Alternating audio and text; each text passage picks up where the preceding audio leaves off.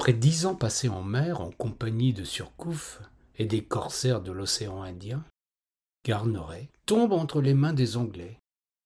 Nous sommes en 1806, après Trafalgar. Garneray a 23 ans. Il restera 9 années prisonnier, enfermé avec quelques centaines de compagnons d'infortune sur un de ces fameux pontons, véritables bagnes flottant dans le port de Portsmouth.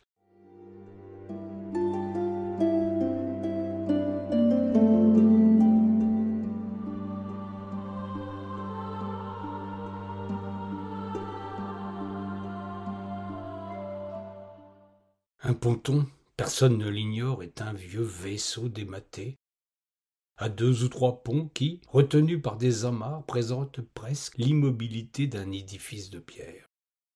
Je ressens encore l'impression pénible que me causa la première vue du Protée, ancré à la file des 8 autres prisons flottantes, à l'entrée de la rivière Portchester. Sa masse noire et informe ressemblait assez de loin à un immense sarcophage.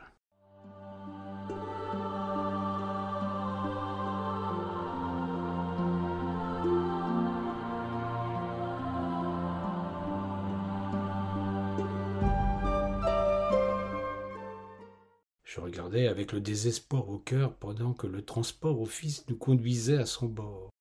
Ce sombre tombeau dans lequel, enterré vivant, je devais voir s'écouler ma jeunesse. Mon imagination soulevait les épaisses murailles de bois, me montrait les figures flétries et désolées des infortunés qu'il renfermait dans son sein. Mais hélas, mon imagination était bien loin encore, comme je pus m'en convaincre quelques minutes plus tard, d'atteindre à la hauteur de la réalité.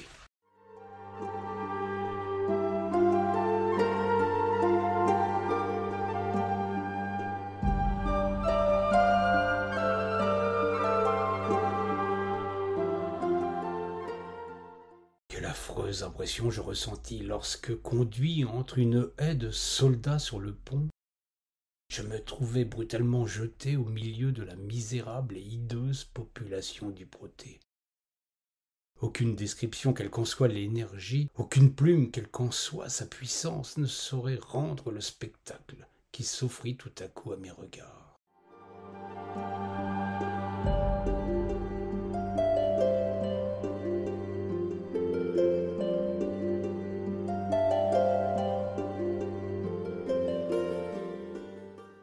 Que l'on se figure une génération de morts sortant à un moment de leur tombe, les yeux caves, le teint hâve et terreux, le dos voûté, la barbe inculte, à peine recouvert de haillons jaunes en lambeaux, le corps d'une maigreur effrayante.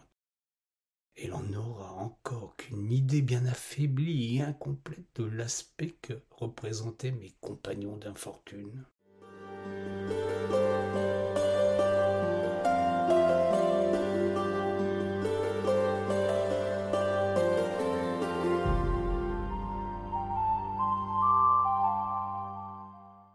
À peine eus-je mis les pieds sur le pont que les gardiens s'emparèrent de moi, m'arrachèrent brutalement mes habits, me firent prendre un bain glacé et me revêtirent ensuite d'une chemise, d'un pantalon et d'un gilet de couleur jaune-orange.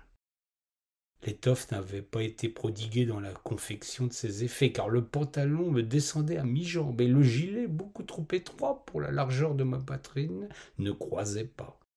Ces 2 pièces étaient timbrées en noir d'un T et d'un O, d'une dimension colossale. Ces lettres représentaient les initiales de Transport Office.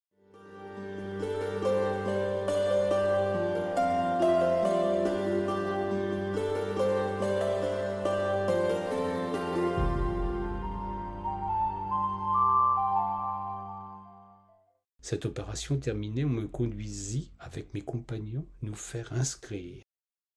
Puis, une fois classés et enregistrés, on nous déposa chacun de notre côté au poste qui nous était assigné. Quant à moi, je fus parqué dans la batterie 24.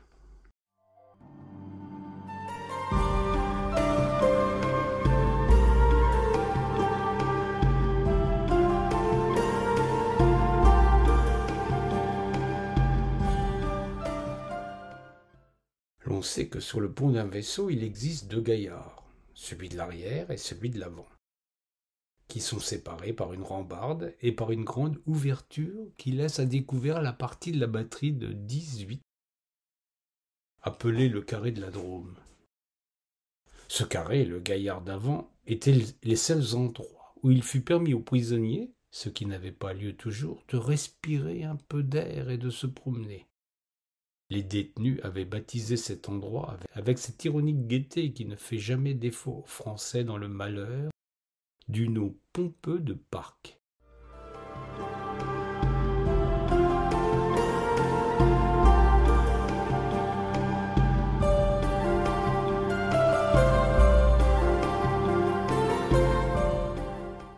Le parc avait environ 44 pieds de long sur 38 de large. Le gaillard d'avant la seconde promenade des pontons ne présentait pas autant de surface et par conséquent était loin d'être aussi estimé que le parc. De plus, les cheminées qui aboutissaient justement à cet endroit l'enveloppaient presque constamment d'un épais nuage de fumée de charbon de terre qui incommodait horriblement les promeneurs et les forçait la plupart du temps à battre en retraite.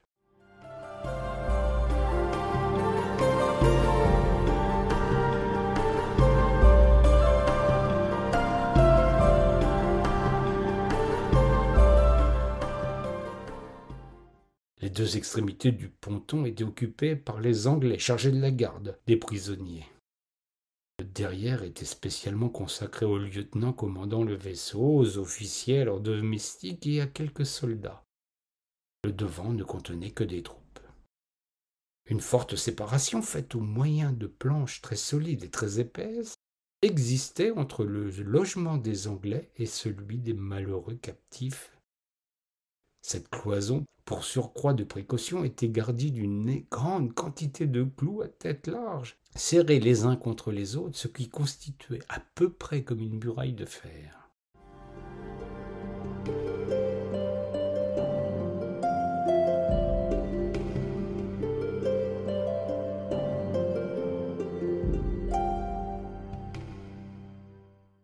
Meurtrières pratiquées de distance en distance permettaient aux Anglais, en cas de révolte ou d'émeute de notre part, de tirer sur nous à bout portant et sans courir le moindre danger.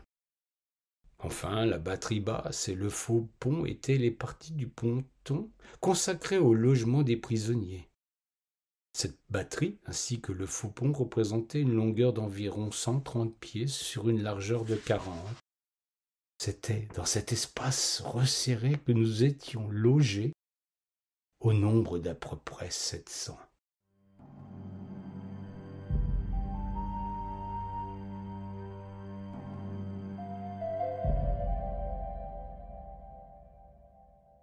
On pourrait croire que la chronique de cette captivité fait une moindre place à l'aventure. Qu'on se rassure, jamais Garneret n'a été aussi enragé. Et puis le bagne est peut-être un lieu où l'on étouffe et où l'on crève, mais c'est d'abord pour le lecteur un lieu où on ne s'ennuie pas. Car le monde où nous introduit Garneret, pour fermer qu'il soit, fonctionne comme le nôtre, avec ses lois, son code d'honneur, ses maîtres, ses esclaves, ses espions et ses bourreaux.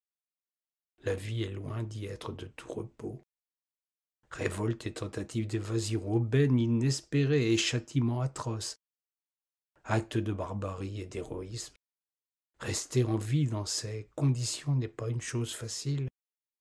Garneret y parvient, et parvient une fois de plus à nous captiver.